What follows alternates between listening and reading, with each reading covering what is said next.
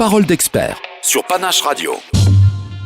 Bonjour à tous, aujourd'hui dans Parole d'expert, nous sommes avec Jean-Michel Eusquin, le directeur de l'ASBL Mnema qui gère la Cité Miroir dont on va parler aujourd'hui. Bonjour Jean-Michel Eusquin. Bonjour. Traditionnellement, la première partie de ce Parole d'expert est consacrée à votre parcours personnel. Est-ce que vous pouvez nous le décrire ? Alors c'est un peu long parce que c'est un parcours très sinueux. Donc de formation, je suis professeur d'éducation physique. Donc j'ai commencé comme éducateur à la province, où je suis toujours d'ailleurs administrativement, mais même si je suis détaché depuis de plusieurs décennies maintenant. Et puis je suis parti comme détaché pédagogique dans les organisations de jeunesse. J'ai terminé ce parcours de détaché pédagogique comme secrétaire général de la Confédération des jeunesses socialistes à l'époque. Et puis je suis parti dans des cabinets, affaires sociales et santé. Puis j'ai été conseiller éducation permanente et jeunesse au cabinet du ministre Thomas, à la communauté française. Je suis passé ensuite ce qui était à l'époque le CGRI, le Commissariat général aux relations internationales, et qui est maintenant Wallonie-Bruxelles International, comme directeur du bureau international jeunesse, donc le bureau qui gérait tous les échanges de jeunes et les programmes d'échange de jeunes. Et puis 2 ans comme chef de pupitre Amérique du Nord, relations Wallonie-Bruxelles avec le Québec et les États-Unis et le Canada. Voilà, donc ça c'est le parcours un peu. Et donc je suis toujours un parcours plus politique pour commencer. Ouais, donc je suis toujours administrativement chef de pupitre à WBI, même si je suis détaché depuis le 1er juillet 1999. Donc là où je suis devenu directeur du Centre régional pour l'intégration des personnes issues de l'immigration, le CRIPEL, jusque fin 2011, donc pendant 12 ans. Et donc depuis le janvier 2012, je suis directeur de l'ASBL Mnema. Voilà. Donc ça c'est mon parcours professionnel. Mais en parallèle, depuis 1994, je suis impliqué dans les 2 ASBL qui sont aussi à Mnema, donc qui sont aussi à la Cité Miroir, c'est-à-dire les territoires de la mémoire, dont j'étais président de 1994 à 2000, et puis le Centre d'action laïque, où j'étais président de la régionale de Liège de 2000 à 2005, et vice-président du CAL communautaire pendant quelques années aussi après. Voilà. C'est vraiment ça qui vous a amené à devenir le directeur de Mnema ? C'est un peu la combinaison des deux. C'est cet engagement, associatif et philosophique depuis de pratiquement 20 ans. Et puis, cette expérience de responsable d'association, gestion de personnel et financière, etc., que j'ai eu à travers le parcours un peu sinueux que je viens d'expliquer.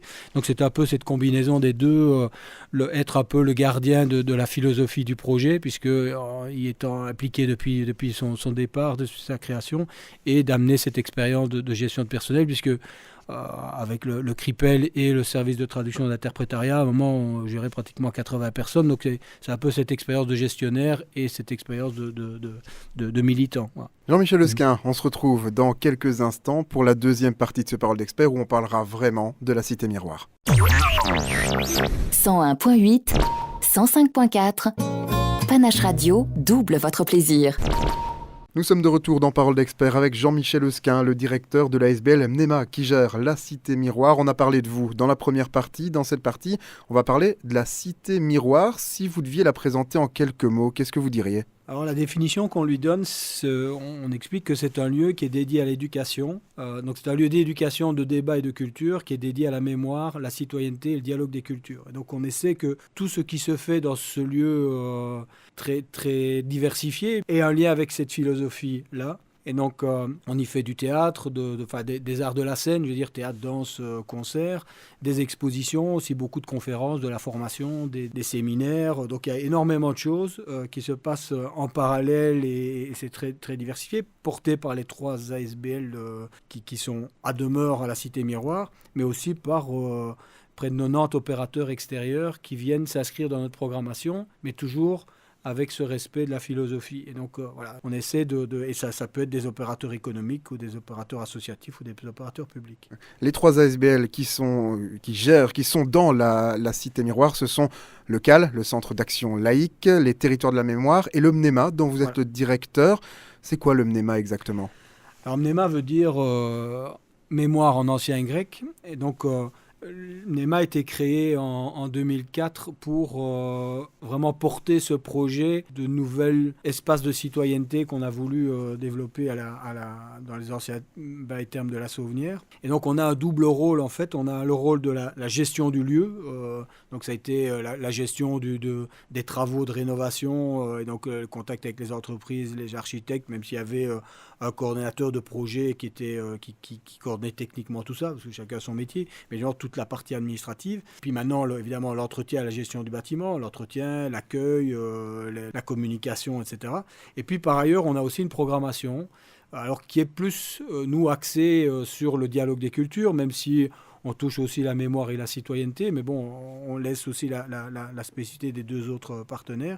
Mais donc, on a aussi une programmation qui vient étoffer la programmation des deux autres et celle des opérateurs extérieurs. Et donc, on essaie de cibler avec la particularité pour un lieu culturel, c'est qu'on a très peu de subventions dédiées à la programmation culturelle. Je ne veux pas dire qu'on n'était pas subventionné, mais on n'a pas comme un théâtre ou des centres culturels des subventions qui nous permettent d'investir dans une programmation en prenant quelque part des risques. Nous, on doit essayer de maintenir une programmation qui est à l'équilibre sur l'ensemble de l'année, ce qui nous limite peut-être dans nos choix, mais ce qui aussi nous permet d'aller chercher des spectacles vraiment intéressants, de petites productions, et donc de donner la possibilité à des petites productions d'être dans un lieu comme celui-là et d'avoir un public intéressant. Et on a un public qui maintenant est fidèle et suit, je pense, cette programmation. Jean-Michel Lesquin, on va justement parler de cette programmation dans la prochaine partie de Paroles d'experts, juste après cette petite pause.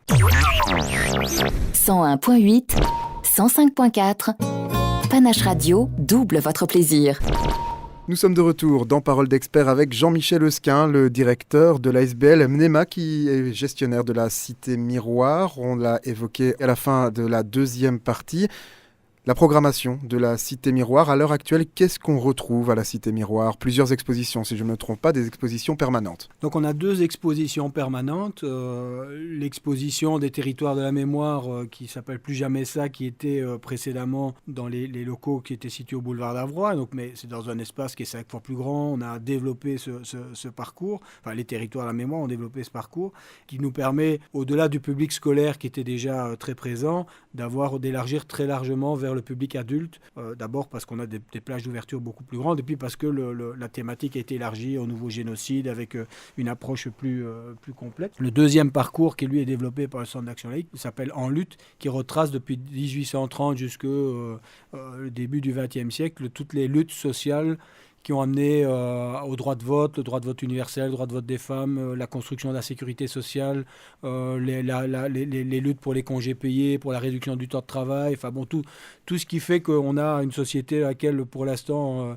il fait encore bon vivre, mais c'est vraiment le moment de refaire toute cette histoire parce que je pense qu'on est probablement à la période charnière où la génération qui arrive vivra moins bien que ses parents, en tout cas c'est le risque, et qu'on est en train un peu de détricoter tous ces acquis en oubliant que des personnes se sont battues parfois jusqu'à la mort pour les obtenir. Donc on veut réexpliquer un peu aux nouvelles générations que la société dans laquelle ils vivent pour l'instant et pour laquelle on se bat actuellement, elle est le résultat d'une longue histoire de lutte des générations précédentes. Et donc c'est un parcours assez pédagogique, mais qui retrace un peu toute cette histoire qui nous est chère, évidemment. Il y a aussi également des événements un peu plus ponctuels comme des conférences, à chaque fois en lien avec un sujet d'actualité. Il y aura notamment bientôt, très bientôt, une conférence sur les enjeux des élections américaines. Voilà, donc on a d'abord des expositions de plus grand format. Et donc pour l'instant, c'est l'exposition Zoo humain qui a été présentée au Quai Branly par la fondation de Leader Thuram, qui connaît un succès extraordinaire, qui est une très très belle exposition. On est très content de la voir. Elle est là jusqu'à la fin de l'année. Puis alors effectivement, on a des conférences et des spectacles. Donc on a eu depuis la rentrée de septembre un concert de Geoffrey Oriema, qui est un musicien extraordinaire, qui a joué avec Peter Gabriel, avec tous les grands.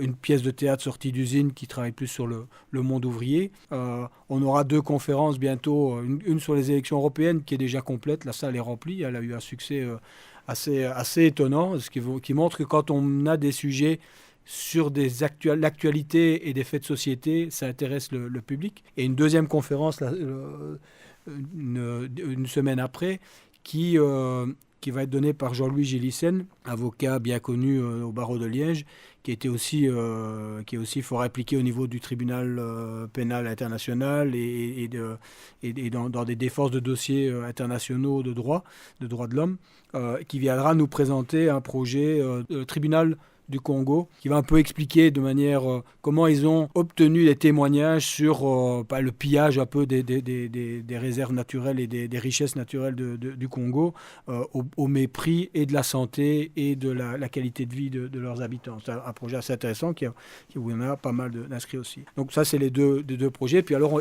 en parallèle, on a des projets, une programmation théâtrale avec une pièce de théâtre qui s'appelle Le Carnet d'un retour au pays natal. C'est une mise en scène d'un texte d'Aimé Césaire, un très beau texte d'Aimé Césaire.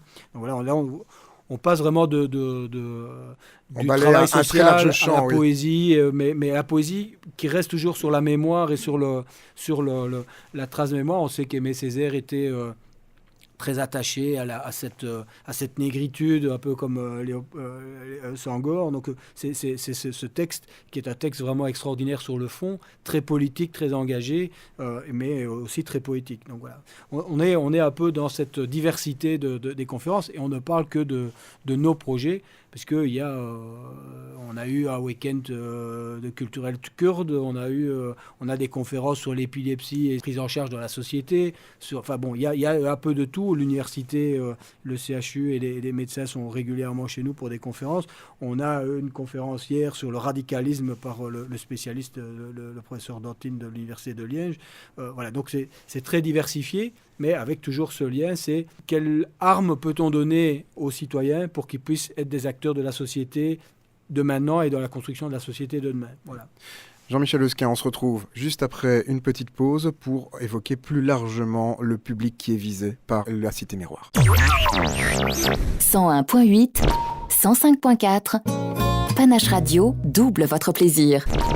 Nous sommes de retour dans Parole d'expert avec Jean-Michel Lesquin. On l'a compris dans la dernière partie, il y a énormément d'activités qui sont organisées à la Cité Miroir. Est-ce que vous avez un public cible ? On a des publics cibles parce qu'en fonction de l'activité, on a des activités qui s'adressent aux plus jeunes. Alors les parcours, et particulièrement celui des territoires, le public cible, c'était 6e primaire. Et puis, ça s'est élargi. Et donc, quand on regarde l'activité d'une journée, on a des groupes de personnes âgées, pensionnées qui viennent visiter une exposition, puis des groupes scolaires qui vont dans les parcours permanents ou à des animations qui sont données dans un des lieux, des juristes qui viennent pour une conférence, et donc voilà, des travailleurs sociaux. Donc c'est très diversifié, et je pense que c'est ça qui en fait un peu la richesse, qui nous rend très contents par rapport au projet qu'on avait imaginé, et puis qu'on a mis en place, mais entre ce qu'on imagine et puis sa réalisation, parfois il y a une marge, hein, donc c'est qu'on a d'abord un public qui devient fidèle, parce qu'on voit qu'il y a des gens qui reviennent régulièrement. Quand les gens viennent avec des opérateurs extérieurs qui voient le lieu, ils découvrent aussi la programmation parfois qu'ils ne connaissaient pas, ils reviennent. Et on a beaucoup de jeunes, donc on a un peu toutes les tranches d'âge. Donc quand on a une salle, que ce soit une conférence ou même un spectacle, on a des jeunes, de grands adolescents ou des gens qui sont toujours en enseignement secondaire, jusqu'à des personnes âgées, parfois fort âgées, qui viennent. Et donc on a une salle qui est très diversifiée, ce qui est rassurant, parce que quelque part, il y a toujours les anciens qui continuent à se battre et qui ont toujours un modèle de société. Et puis maintenant, on voit que des jeunes, quand on a vraiment du contenu et du fond, viennent aussi à ces spectacles, avec des écoles, mais parfois à titre individuel. Donc voilà, c'est un public très diversifié. Vous parliez du lieu, c'est vrai qu'on ne l'a pas encore vraiment évoqué, mais vous êtes installé dans les anciens bains et thermes Sauvenières, un lieu exceptionnel. Alors c'est un lieu exceptionnel sur le plan architectural, mais c'est aussi un lieu exceptionnel par son histoire. Donc c'est un bâtiment qui a été inauguré en 1942. Pendant l'occupation nazie, sous l'occupation nazie. Assez...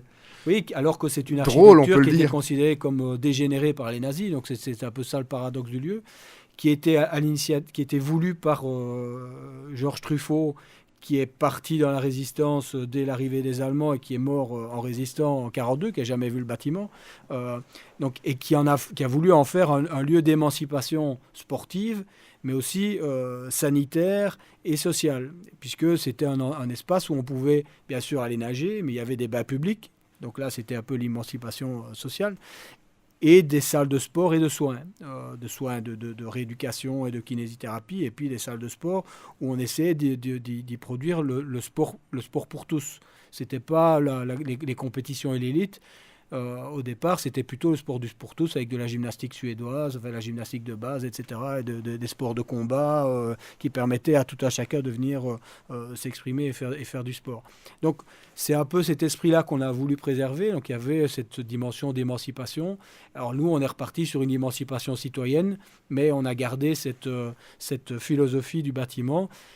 Et les architectes ont gardé toute la philosophie du bâtiment et du lieu dans la rénovation, la réhabilitation. Et donc, quand les gens, alors bien sûr, ça n'a plus la même fonction, mais quand les gens reviennent, il y a cette nostalgie des bains, parce que pratiquement tous les Liégeois de plus de 35 ans, je veux dire, ont au moins nagé une fois dans la piscine. Voire ont appris à nager là-bas. Ont appris à nager. Donc, il y a un peu cette nostalgie, mais tous y retrouvent l'esprit, l'ambiance, l'atmosphère qu'ils y ont connue. Et donc, voilà, je pense que les architectes ont fait un travail assez exceptionnel pour redonner à ce bâtiment un éclat et lui redonner une deuxième vie qui, je pense, maintenant a bien pris sa place dans tout le dispositif très riche culturel de Liège. Et vous le disiez, hein, ça a été inauguré en 1942 par la cité miroir, les bains et thermes Saunière, évidemment, sous l'occupation nazie. Clin d'œil de l'histoire, l'exposition qui a eu le plus de succès à la cité miroir, c'est l'art dégénéré selon Hitler. Alors là, c'était un peu un pari un peu fou, parce que pour nous, mais aussi pour tous les prêteurs, puisque quand on a commencé à négocier le prêt de ces œuvres avec l'université et les musées de la ville, c'était dans un bâtiment qui était complètement désossé, donc il n'y avait rien, ni même en termes de garantie de préservation des œuvres, ni non plus en termes d'expérience muséale. Donc on a créé de manière totalement théorique tout ce projet. On a eu des réponses très positives. On avait 26 toiles de très grande valeur, évidemment avec les toiles des musées de la ville. Et cette exposition a accueilli plus de 53 000 visiteurs sur les 4 mois d'existence. C'était un retentissement national, mais aussi international. On a une revue de presse qui fait près de 700 pages avec des articles aux États-Unis, en Allemagne, en Italie. C'est exceptionnel. Et je pense que ça a vraiment contribué à installer la Cité Miroir comme un opérateur culturel un peu partout. On a encore pas mal de contacts avec des personnes en Allemagne ou en Hollande. Quand on leur parle de la Cité Miroir, ils savent ce que c'est. Voilà, ils connaissent de nom, ils en ont entendu parler. Pour une institution qui n'a pas encore 3 ans, c'est quand même assez extraordinaire. Et donc, je pense que sans ce projet-là, on aurait peut-être mis 10 ans pour atteindre la notoriété qu'on a maintenant. Jean-Michel Esquin, on se retrouve dans quelques instants pour parler des visiteurs de la Cité Miroir. 101.8, 105.4, Panache Radio, double votre plaisir. Nous sommes de retour dans Parole d'Expert avec Jean-Michel Esquin, le directeur de l'ASBL Mnema qui gère la Cité Miroir. Vous venez de le dire dans la partie précédente, il y a plus de 50 000 personnes qui sont venues visiter l'exposition L'art dégénéré selon Hitler. Combien de personnes par an accueillent la Cité Miroir et quel est son objectif à terme ? Alors, c'était fixé comme objectif, qu'on trouvait déjà extraordinaire, d'atteindre 80 000 visiteurs par an pour l'ensemble des activités qui s'y déroulent. Alors, la première année, on a fait 90 000, la deuxième année, 95 000. Mais évidemment, on avait l'art dégénéré qui était à cheval sur les 2 années. Donc, on sait que cette année, c'est un peu l'année charnière. On espère arriver à 80 000, on est déjà à plus de 50 000 visiteurs. Le zoo humain attire plus de 1000 visiteurs par semaine, donc c'est un gros projet. Et les spectacles, les conférences se remplissent et sont bien remplis, donc on espère arriver à 80 000, ce qui serait assez exceptionnel, puisque quand on regarde les chiffres, on fait à peu près 10 000 visiteurs en plus que l'année passée, si on retire l'art dégénéré. Donc dans les activités normales de la Cité Miroir, on est à des chiffres qui sont bien supérieurs aux années précédentes. Donc on est dans une progression et une fidélisation du public qui est assez intéressante. Donc voilà, l'objectif c'est de rester vers 80 000 visiteurs par an. Alors, on a des gros projets pour l'année prochaine d'exposition aussi, et donc pour essayer de diversifier et surtout de s'étaler. Alors c'est vrai qu'on a eu relativement peu d'expositions pendant l'été, et donc on va avoir une très belle exposition l'été prochain sur une exposition de l'artiste Modé Muntu qui est un artiste congolais décédé, mais qui a une très belle collection. C'est une exposition qui a été présentée à Paris à la Fondation Cartier. Et donc, on espère à ce moment-là avoir un public qui vient aussi pendant l'été, et pourquoi pas toucher un public de touristes d'un jour ou de courte durée, et les touristes pendant l'été. Justement, comment on choisit une exposition qui va avoir lieu à la Cité Miroir? Ça se décide longtemps à l'avance, et puis est-ce que c'est fait dans l'unique objectif d'atteindre les 80 000 visiteurs par an? Je suppose que non, il y a d'autres choses derrière. On a d'abord le premier critère, c'est d'aller chercher une exposition à peu d'exception qui n'a jamais été montrée, qui va aborder un thème qui est de fond, de contenu, qui va faire réfléchir. Deuxième critère, c'est le budget. On doit bien monter le budget parce qu'on ne peut pas se tromper. Et bien sûr, avoir une scénographie et une présentation de l'exposition qui la rend attractive pour le public. Je veux dire, on peut avoir le meilleur sujet du monde si elle est présentée de manière ennuyeuse et très peu didactique, ça ne prendra pas. Je pense que le succès de l'exposition L'Art dégénéré, ça a été aussi sa scénographie qui était par monsieur Guetta, qui est un scénographe qui est bien connu, a été pour beaucoup dans son succès, parce qu'il y avait une atmosphère particulière, c'était assez spécial. Je pense que c'est un peu tout ça qu'on essaie de faire. Donc on est déjà sur des projets pour 2018, 2019 et au-delà. C'est des projets qu'on travaille sur 2 ou 3 ans à l'avance, sur des projets de cette ampleur-là, et surtout sur des partenariats avec des institutions comme le Quai Branly, ou et quand on doit avoir des œuvres, ça demande énormément de temps, parce qu'il faut rassurer, il faut avoir que l'œuvre soit disponible, etc. Donc c'est un peu compliqué, mais c'est ça. Et puis alors, on a eu une exposition sur Primo Levi. Primo Levi, c'est pas nous qui avons choisi l'exposition, c'est l'ambassade d'Italie qui nous a contactés en disant voilà, on a l'opportunité d'avoir Primo Levi en Belgique. Elle n'est jamais sortie d'Italie, elle a tourné dans beaucoup de villes d'Italie. Nous, à l'ambassade, on n'a pas la place pour accueillir une exposition comme celle-là. On veut sortir en plus de Bruxelles, et il nous semble que le lieu idéal, c'est la Cité Miroir, parce qu'on est venu voir l'Art dégénéré, le lieu extraordinaire, etc. Et donc, ça a été monté en 6-7 mois. On a monté le budget, le projet, et on a obtenu Primo Levi. Donc voilà, c'est un peu cette combinaison de plusieurs faits, recherche et relations et réseaux qui font que ces expositions se montent. Mais donc, voilà. L'objectif est avant tout de montrer quelque chose qui peut faire réfléchir le public et quelque part leur donner peut-être une autre approche dans leur rôle dans la construction de la société de demain. Alors c'est un peu utopique, hein. On sait que ce qu'on leur donne, c'est la goutte d'eau. Et puis c'est une goutte d'eau par rapport. Mais si ça peut susciter la réflexion et pousser à peut-être modifier un peu sa façon de voir, je veux dire, le zoo humain, je pense que ça va faire réfléchir beaucoup de monde sur le racisme et sur la manière dont on vit la différence, puisqu'on a été complètement manipulé et formaté sur des stéréotypes qui sont tout à fait artificiels. Et donc voilà, ça peut permettre de faire réfléchir et peut-être de modifier les choses, puis que les personnes aillent rechercher autre part et confirment leur opinion, on aura réussi notre pari. Voilà, le but, c'est pas de juste aller voir l'exposition, c'est d'aller voir l'exposition et d'y réfléchir après et de faire ses recherches, c'est bien ça. Voilà, tout à fait, bien sûr. Vous avez parlé de l'exposition de l'artiste congolais, il y a aussi d'autres expositions qui sont déjà bouclées. Alors, il y aura une exposition. Donc là, pour l'instant, avec le succès de Zoo Humain, on a attendu de voir, parce que si ça marche vraiment très bien, on va peut-être essayer de négocier pour la prolonger. Donc pour l'instant, rien n'est décidé, mais donc on s'est gardé une marge de manœuvre. Mais on aura tout de suite après, au printemps, une exposition sur les médias qui est présentée par le Centre d'Action Laïque, qui va vraiment essayer de donner des outils pour décoder les médias. Donc on sait que pour l'instant, on a un peu tendance à croire tout ce qu'on nous dit. Et donc, les médias, l'information, elle est intéressante que quand elle est recoupée, quand elle est diversifiée, quand elle permet d'alimenter une réflexion qui permet de se faire une opinion personnelle. Prendre une information et la prendre pour argent comptant, et c'est un petit peu malheureusement ce qui se fait pour l'instant, est très dangereux. D'autant plus qu'on sait que les médias sont quand même dans quelques mains au niveau national et international. Donc c'est encore plus dangereux. Donc d'où l'importance de donner les outils, non pas pour dire que ce qui est dit est mauvais, mais pour dire que ce qui est dit doit être recoupé, vérifié, et que plusieurs sources d'informations donnent la bonne information. Donc c'est une grosse exposition sur les médias. Et puis on aura Mondemutu qui va et qui sera probablement, on est dans la négociation, complétée par une exposition qui vient du Quai Branly, de pièces venant du Quai Branly, mais qui sont évidemment En lien. en complément et dans le même thème que Mondemutu. Là, cette exposition Mondemutu se tiendra jusque fin août. Et puis en septembre, là en octobre, on est vraiment très content. On va faire une grosse exposition originale d'œuvres, pratiquement toutes originales, de Luis Salazar, ce peintre liégeois d'origine espagnole, enfant de la guerre d'Espagne.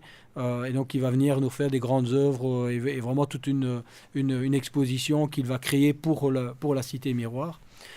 Et donc, on a encore d'autres projets d'exposition qui vont se suivre, là, puisque je vous dis, on est sur 2019-2020, là, sur les projets actuels. Donc, mais si on regarde, les grands espaces d'exposition sont pratiquement complets jusque 2019. Et donc, voilà, c'est très réjouissant, parce que c'était un espace qui c'est pas gagné d'avance. C'est énorme, c'est grand, donc il faut arriver à l'occuper. Mais non seulement c'est complet, mais on a des demandes je veux dire, toutes les semaines pour l'occuper. Et pour l'instant, on est obligé de refuser ou alors de reporter à 3 ou 4 ans. Donc voilà. Eh bien, c'est pas plus mal pour vous. Jean-Michel Lesquin, on se retrouve dans quelques instants pour ce qui sera déjà la dernière partie de ce Parole d'expert. 101.8, 105.4, Panache Radio, double votre plaisir. Jean-Michel Lesquin, nous sommes de retour dans la dernière partie de ce Parole d'expert consacré à la Cité Miroir. Vous êtes le directeur de l'ASBL NEMA qui gère la Cité Miroir. À l'heure actuelle, il y a combien de personnes qui travaillent à la Cité Miroir ? Alors, c'est un peu difficile parce que dans les trois ASBL, je veux dire, il y a du personnel qui est là, mais qui ça bouge beaucoup, hein, donc, et qui sont sur des projets parfois aussi à l'extérieur. Mais donc, on est à peu plus de 80 personnes qui sont en permanence sur le lieu. La SBL NEMA, on est 23, ça va de la personne qui nettoie jusqu'au directeur. Donc on s'occupe de l'entretien, de la maintenance, de l'accueil, de la communication, du secrétariat, etc. Donc c'est pas une grosse équipe. Alors c'est vrai qu'on peut bénéficier des supports des deux autres équipes, etc., qu'on travaille beaucoup ensemble, mais on n'est pas très nombreux par rapport à la programmation que nous avons. Et vous étiez déjà autant à la création ? À l'ouverture ? Alors, le 1er janvier 2012, j'étais tout seul. Et puis, on a étoffé au fur et à mesure. Mais donc, quand on est rentré en 2014, on était 15, 16, 14, je crois qu'on était donc au départ. Une belle progression au niveau de l'emploi. Mais avec aussi la volonté de travailler beaucoup sur l'insertion. Donc, on accueille beaucoup, on a beaucoup de travailleurs Arctic 60, qu'on essaie, quand ils sont en bout de contrat, de réengager. Là, on a déjà réengagé 4 travailleurs qui étaient en contrats article PTP, 60. mais bon, on a prolongé leur contrat. Alors après, quand on arrive au bout de ça, c'est difficile, hein, parce que on n'a pas non plus des budgets extensibles, mais on essaie d'abord de les maintenir et de les valoriser, de créer des emplois. Donc, ce qui n'est pas toujours simple. On va encore recruter un peu pour le personnel de maintenance. On travaille aussi avec une EFT cerésienne pour la partie cafétéria, qui est l'Acacia. Donc, c'est eux qui gèrent l'Acacia. Donc, c'est aussi que du personnel en formation et en insertion. Et on accueille énormément de stagiaires dans tous les domaines, que secrétariat, accueil, régie, etc. Alors, parfois, on sait que c'est du travail supplémentaire, que pour nous, c'est une charge de travail. Mais ça fait partie aussi de nos missions. C'est de dire on doit être un lieu qui doit permettre de donner une expérience professionnelle et des atouts aux gens qui passent par chez nous. Alors bon, maintenant, on n'accepte que quand on peut le faire dans de bonnes conditions. Bon, on n'accepte pas trop parce que sinon, c'est pas... C'est inutile. Ouais, c'est pas productif pour personne. Mais ceux qui en sortent, on garde des contacts avec eux. Il y en a qui ont été réengagés d'ailleurs par des stagiaires qui ont été réengagés. On garde des contacts avec eux. Et puis, je pense que ça fait partie de la philosophie qu'on a voulu dès le départ. Donc, on est dans une logique d'insertion et de collaboration avec des projets d'insertion. Jean-Michel Lesquin, l'interview touche déjà à sa fin, mais traditionnellement, la dernière question de Parole d'expert, c'est on a une baguette magique, on vous change l'espace de quelques secondes en Premier ministre. Vous pouvez prendre une mesure, elle sera adoptée tout de suite. C'est laquelle ?